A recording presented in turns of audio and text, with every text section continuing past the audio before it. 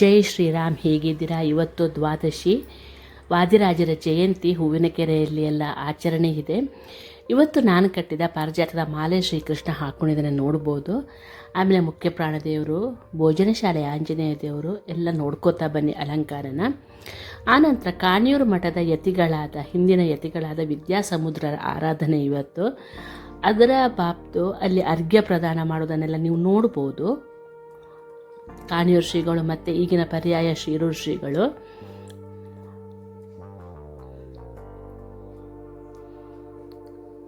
ಆನಂತರ ನೋಡಿ, ಅಲ್ಲಿ ವೃಂದಾವನ, ಮೂಲ ವೃಂದಾವನ ಕೃಷ್ಣ ಮಠದ ವೃಂದಾವನ ಸಮುಚ್ಚಯದಲ್ಲೇ ಇದೆ ನೋಡಿ. ಅಲ್ಲಿ ಆರತಿ ಮಾಡೋದನ್ನು ನೀವು ನೋಡ್ಬೋದು.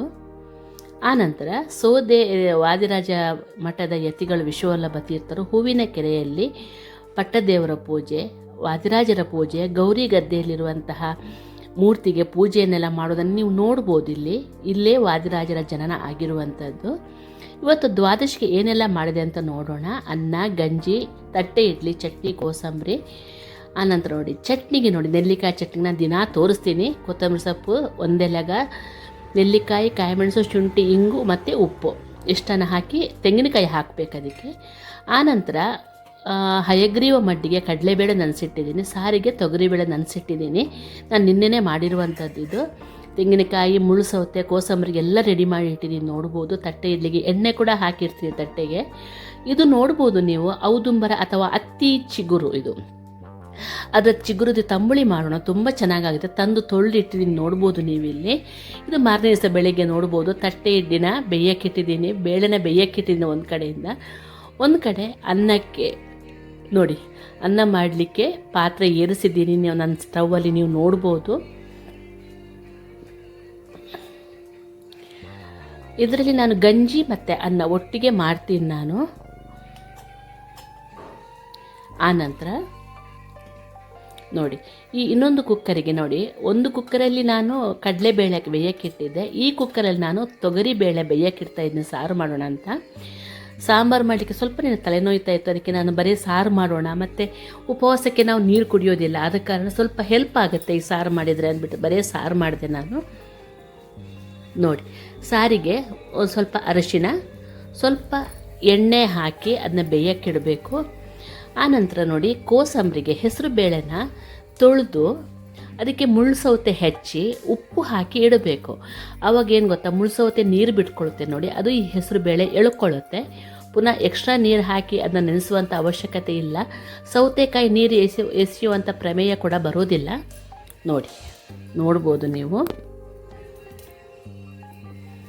ಕೊಚ್ಚಿ ಆನಂತರ ಅದಕ್ಕೆ ಉಪ್ಪು ಹಾಕಿ ಮಿಕ್ಸ್ ಮಾಡಿ ಒಂದು ಅರ್ಧ ಗಂಟೆ ಬಿಟ್ಟರೆ ಸಾಕು, ನೆನೆಯುತ್ತೆ ಅದು ಎರಡೂ. ಆನಂತರ ತೆಂಗಿನಕಾಯಿ, ಸ್ವಲ್ಪ ಕೊತ್ತಂಬರಿ ಸೊಪ್ಪು, ಒಗ್ಗರಣೆ ಹಾಕಿದರೆ ಸರಿ. ಬೇಕಂದರೆ ನಿಂಬೆಹಣ್ಣು ಹಾಕ್ಕೊಳ್ಬೋದು. ನೋಡಿ, ಇದು ಹಾಕಿ ಮಿಕ್ಸ್ ಮಾಡಿಟ್ಕೋಬೇಕು ನೀಟಾಗಿ. ಆವಾಗ ತುಂಬ ಚೆನ್ನಾಗಿ ನೆನೆಯುತ್ತೆ ಅದು, ನೀರು ಎಕ್ಸ್ಟ್ರಾ ಉಳಿಯೋದಿಲ್ಲ. ಅಷ್ಟೇ ನಾವು ಹೆಸರು ಬೇಳೆನ ಹಾಕ್ಕೊಳ್ಬೇಕು ನೋಡಿ. ಆನಂತರ ಮುಚ್ಚಿಟ್ಟು ತೆಗೆದಿಟ್ಬಿಟ್ರೆ ಆಯಿತು. ಆನಂತರ ಈಗ ಒಂದು ತಂಬುಳಿಗೆ ಹುರಿಯೋಣ. ನಾನು ಹೇಳಿದ್ನಲ್ಲ, ಔದುಂಬರ ಅಥವಾ ಅತ್ತಿ ಮರ, ಅದರದ್ದು ಚಿಗುರು. ಫಸ್ಟ್ ನೋಡಿ, ಬಾಣಲಿಗೆ ತುಪ್ಪ ಹಾಕ್ಕೊಂಡು ಜೀರಿಗೆ ಹಾಕ್ಕೊಳ್ಳಿ. ಬೇಕಾದರೆ ನಿಮಗೆ ಪೆಪ್ಪರು ಹಾಕ್ಕೊಳ್ಬೋದು. ಕಾಯಿ ಮೆಣಸೆಲ್ಲ ಅಷ್ಟು ವಿಶೇಷ ಅಲ್ಲ, ಹಾಕದೇ ಇರೋದು ಒಳ್ಳೆಯದು ತಂಬುಳಿಗಳಿಗೆಲ್ಲ. ತಂಪಾದ ಹುಳಿ ಅಂತಲೇ ಅರ್ಥ ಅದು. ನೋಡಿ, ಇದನ್ನ ಕಟ್ ಮಾಡಿ ಅದಕ್ಕೆ ಹಾಕಿ ಒಂದು ಸ್ವಲ್ಪ ಬಾಡಿಸಿದ್ರೆ ಸಾಕು. ನಿಮಗೆ ಬೇಕಂದ್ರೆ ಕರಿಬೇವಿನ ಸೊಪ್ಪು ಕೂಡ ಹಾಕ್ಕೊಳ್ಬೋದು. ನೀಟಾಗಿ ಹುರಿದಿಟ್ಕೊಳ್ಳಿ. ಆನಂತರ ಸ್ವಲ್ಪ ತೆಂಗಿನಕಾಯಿ ಹಾಕಿ ಒಂದು ಸ್ವಲ್ಪ ಹುರಿದಿಟ್ಬಿಟ್ಟು ಮಿಕ್ಸಿಗೆ, ತಣ್ಣಗಾದ ನಂತರ ಮಿಕ್ಸಿಗೆ ಹಾಕಬೇಕು. ಈ ಥರ ಹುರಿದು ಮಾಡಿದರೆ ತುಂಬ ಟೇಸ್ಟು. ಬೇಯಿಸಿ ಮಾಡಿದರೆ ಟೇಸ್ಟ್ ಇರೋದಿಲ್ಲ, ಬಟ್ ಹೆಲ್ತಿಗೆ ಒಳ್ಳೆಯದು ಅಂತ ನಮ್ಮಮ್ಮ ಯಾವತ್ತೂ ಹೇಳ್ತಾ ಇರ್ತಾರೆ. ಅಮ್ಮ ಯಾವತ್ತೂ ಹುರಿಯೋಕ್ಕೆ ಹೋಗೋದಿಲ್ಲ, ಬೇಯಿಸಿನೇ ಮಾಡುವಂಥದ್ದು. ನೋಡಿ, ಸ್ವಲ್ಪ ಬಾಡಿದರೆ ಸಾಕು. ಒಂದು ರೌಂಡ್ ಪುಡಿ ಮಾಡಿಕೊಂಡು ಆನಂತರ ಇವತ್ತು ತೆಗೆದ ಮಜ್ಜಿಗೆ ಇತ್ತು, ನಾನು ಬೆಣ್ಣೆ ತೆಗಿತೀನಲ್ವ, ಆ ಮಜ್ಜಿಗೆ ಇತ್ತು, ಅದನ್ನೇ ಹಾಕ್ಕೊಂಡೆ ನಾನು. ಆ್ಯಕ್ಚುಲಿ ಸ್ವಲ್ಪ ತಂಬುಳಿ ಮಾಡಿದೆ, ಒಂದೊಂದು ಸೌಟು ಬರುವಷ್ಟು ಅಷ್ಟೇ ನಾನು ಮಾಡಿರುವಂಥದ್ದು. ಇದಕ್ಕೆ ಕೊನೆಗೆ ತುಪ್ಪದಲ್ಲಿ ಜೀರಿಗೆ ಒಗ್ಗರಣೆ ಕೊಟ್ಟರೆ ಆಗಿಬಿಡ್ತು. ಈಗ ಸಾರಿಗೆ ನೋಡಿ, ಹುಣಸೆಹಣ್ಣು, ಉಪ್ಪು, ಅರಿಶಿನ, ಬೆಲ್ಲ, ಇಂಗು ಮತ್ತು ಕಾಯಿಮೆಣಸು. ಈ ಹುಣಸೆ ಹಣ್ಣನ್ನು ಕಿವಿಚಿಟ್ಕೊಂಡಿದ್ದೀನಿ. ನನಗೆ ಆಮೇಲೆ ನೆನಪಾಯಿತು, ಮಿಕ್ಸಿಗೆ ಸುಮ್ಮನೆ ಹಾಕ್ಬೋದಿತ್ತು, ಬೇರೆ ನಮ್ಮನೇಲಿ ನಾನು ಈ ಥರ ಸಾರು ಮಾಡಿದ್ದೀನಿ. ನಮೂನೆ ಆ ಥರ ನೀವು ಕೂಡ ಮಾಡಿ ತುಂಬಾ ಚೆನ್ನಾಗಿ ಬರುತ್ತೆ, ಟೇಸ್ಟು ತುಂಬಾ ಚೆನ್ನಾಗಾಗುತ್ತೆ.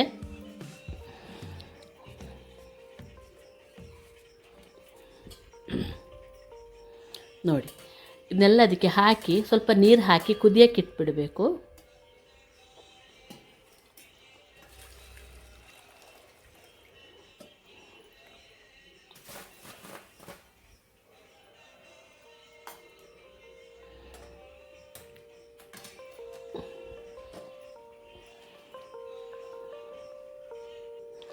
ಆನಂತರ ನೋಡಿ ಮಿಕ್ಸಿಗೆ ಸ್ವಲ್ಪ ತೆಂಗಿನಕಾಯಿ ಹಾಕ್ಕೊಳ್ಳಿ. ಅದು ತೆಂಗಿನಕಾಯಿ ನೀರಿಲ್ಲ ಕಟ್ ಮಾಡಲಿಕ್ಕೆ ಬಂತು ನನಗೆ.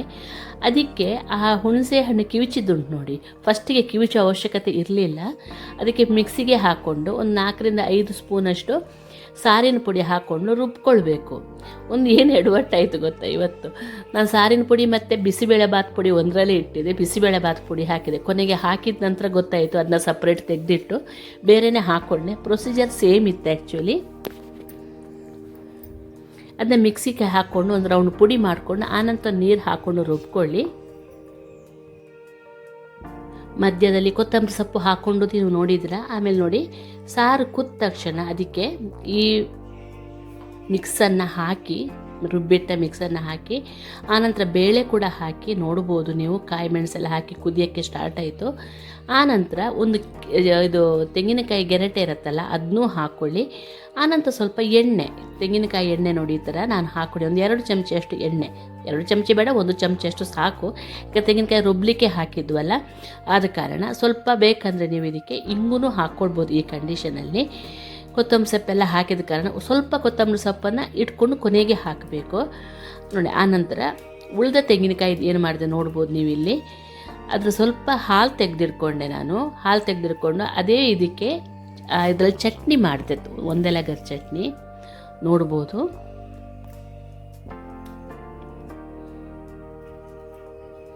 ಅದು ತುರಿಲಿಕ್ಕೆ ಬರಲ್ಲ ಅಂತ ತೆಂಗಿನಕಾಯಿ ಆದ ಕಾರಣ ಕಟ್ ಮಾಡಿ ಹಾಕಬೇಕಾಗತ್ತೆ. ಆವಾಗ ನೀರು ಹಾಕೋಕ್ಕಿಂತ ಮುಂಚೆ ಒಂದು ರೌಂಡ್ ಪುಡಿ ಮಾಡಿಕೊಂಡ್ರೆ ನಿಮಗೆ ನೀಟಾಗಿ ನುರಿಯುತ್ತದೆ ಅದು. ಇಲ್ಲಾಂದರೆ ಎಲ್ಲ ಹಾಗೆಯೇ ಇಡೀ ಉಳ್ಕೊಂಡ್ಬಿಡುತ್ತೆ, ಅದು ರಗಳೆ ಆಗುತ್ತೆ.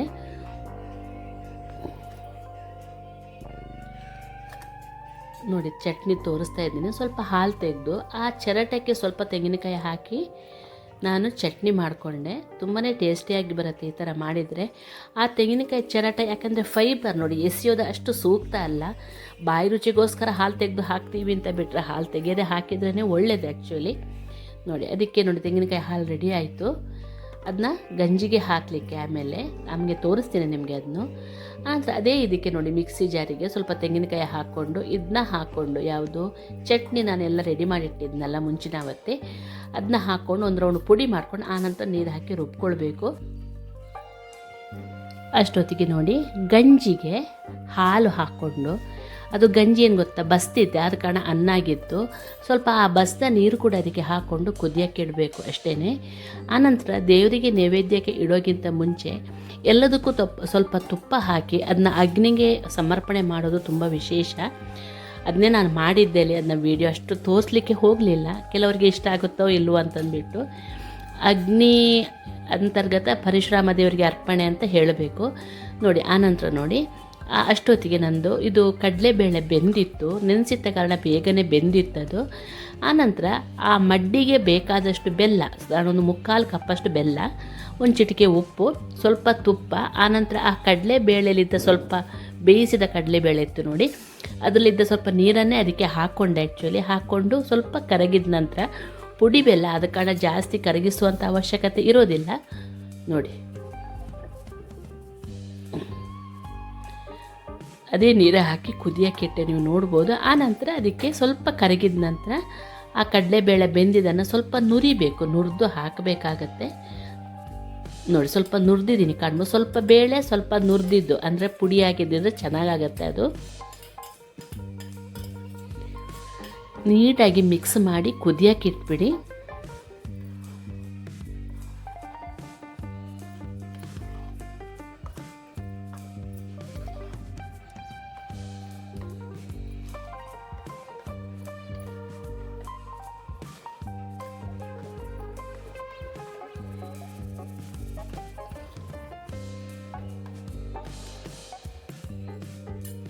ಅದು ಕುದಿಯೋ ಅಷ್ಟೊತ್ತಿಗೆ ನಾವು ತುಪ್ಪದಲ್ಲಿ ದ್ರಾಕ್ಷಿ, ಗೋಡಂಬಿ, ಸ್ವಲ್ಪ ಲವಂಗ, ಆನಂತರ ಒಂದು 2 ಪೀಸು ತೆಂಗಿನಕಾಯಿ ಅದನ್ನ ಕಟ್ ಮಾಡಿ ಹಾಕ್ಕೊಳ್ಬೇಕು. ಅಥವಾ ತೆಂಗಿನಕಾಯಿ ತುರಿ ಹಾಕಿದ್ರು ನಡೆಯುತ್ತೆ. ಸ್ವಲ್ಪ ಹುರಿದು ಹಾಕಿದರೆ ಬೇಗ ಕೆಡೋದಿಲ್ಲ ಅಂತಷ್ಟೇ.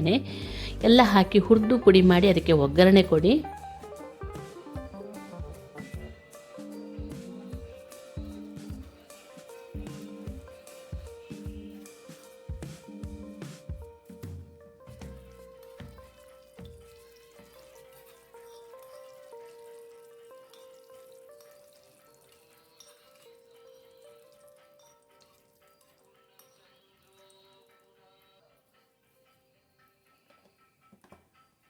ಆನಂತರ ಅದರಲ್ಲೇ ಸ್ವಲ್ಪ ಉಳಿದ ತುಪ್ಪಕ್ಕೆ ಜೀರಿಗೆ ಆಮೇಲೆ ಇಂಗು ಹಾಕಿ ಸಾರಿಗೆ ಮತ್ತು ತಂಬುಳಿಗೆ ಒಗ್ಗರಣೆ ಕೊಟ್ಟೆ ನೀವು ನೋಡ್ಬೋದು. ನಂತರ ಅದೇ ಸ್ವಲ್ಪ ಬಾಣಲಿಗೆ ಕೊಬ್ಬರಿ ಎಣ್ಣೆ ಹಾಕಿ ಚಟ್ನಿಗೆ ಮತ್ತು ಕೋಸಂಬರಿಗೆ ಸಾಸಿವೆ ಮತ್ತು ಉದ್ದಿನಬೇಳೆ, ಸ್ವಲ್ಪ ಕೆಂಪು ಮೆಣಸು, ಕರಿಬೇವು ಸೊಪ್ಪು ನಾನು ತಂದಿರಲಿಲ್ಲ, ಹಾಕ್ಕೊಂಡಿರಲಿಲ್ಲ. ಇದಕ್ಕೆ ಕೋಸಂಬರಿಗೆ ಮತ್ತು ಚಟ್ನಿಗೆ ಒಗ್ಗರಣೆ ಕೊಟ್ಟರೆ ನಮ್ಮ ಅಡಿಗೆ ಆಗೇ ಬಿಡ್ತು. ಇವತ್ತಿನ ದ್ವಾದಶಿ ಪಾರಣೆ ಇಷ್ಟೇ. ನಾನು 5-in-1 ದೋಸೆ ಬ್ಯಾಟ್ರು ನಿನ್ನೆ ಕಮ್ಯುನಿಟಿ ಪೋಸ್ಟಲ್ಲಿ ಹಾಕಿದ್ದೆ, ನೀವು ನೋಡ್ಬೋದು. ಒಂದು ಒಳ್ಳೆ ದೋಸೆ ಹಾಕಿ ತಗೊಳ್ಳಿ. ಈ ರೇಷನ್ ಅಕ್ಕಿಲ್ಲ ಅಷ್ಟು ಚೆನ್ನಾಗಿ ಬರೋದಿಲ್ಲ ಅದಕ್ಕೆ. ನೋಡಿ, ಈಗ ನೋಡಿ ಇಲ್ಲಿ ಕೋಸಂಬರಿ, ಚಟ್ನಿ, ಆನಂತರ ಮಡ್ಡಿ, ಹಯಗ್ರೀವ ಮಡ್ಡಿ, ಸಾರು ಕುದಿತಾ ಇದೆ ನೋಡ್ಬೋದು. ಆನಂತರ ಇಡ್ಲಿ, ತಟ್ಟೆ ಇಡ್ಲಿ, ಅನ್ನ, ಗಂಜಿ ಎಲ್ಲನೂ ರೆಡಿಯಾಗಿದೆ. ನೆಕ್ಸ್ಟ್ ತಂಬುಳಿ ಎಲ್ಲನೂ ರೆಡಿಯಾಗಿದೆ ನೋಡ್ಬೋದು ನೀವು. ಹೇಗಾಯಿತು ಹೇಳಿ ಫ್ರೆಂಡ್ಸ್ ಇವತ್ತಿನ ವಿಡಿಯೋ. ಆಮೇಲೆ ಒಂದು ಜ್ಯೂಸ್ ಅಂದರೆ ಪಾನಕ ಮಾಡಿದ್ದೆ, ಬೆಲ್ಲದ ಪಾನಕ, ನಿಂಬೆಹಣ್ಣು ಹಾಕಿ, ಬೆಲ್ಲ ಹಾಕಿ, ಪೆಪ್ಪರ್ ಪುಡಿ ಹಾಕಿ, ಅಂದರೆ ಕಾಳುಮೆಣಸಿನ ಪುಡಿ ಹಾಕಿ. ವಿಡಿಯೋ ಇಷ್ಟ ಆದರೆ ಲೈಕ್ ಮಾಡೋದನ್ನು ಮರಿಬೇಡಿ. Thank you.